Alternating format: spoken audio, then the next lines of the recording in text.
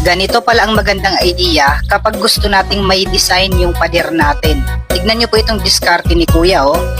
Yung una, ginupit niya yung foam. Ayan guys, oh.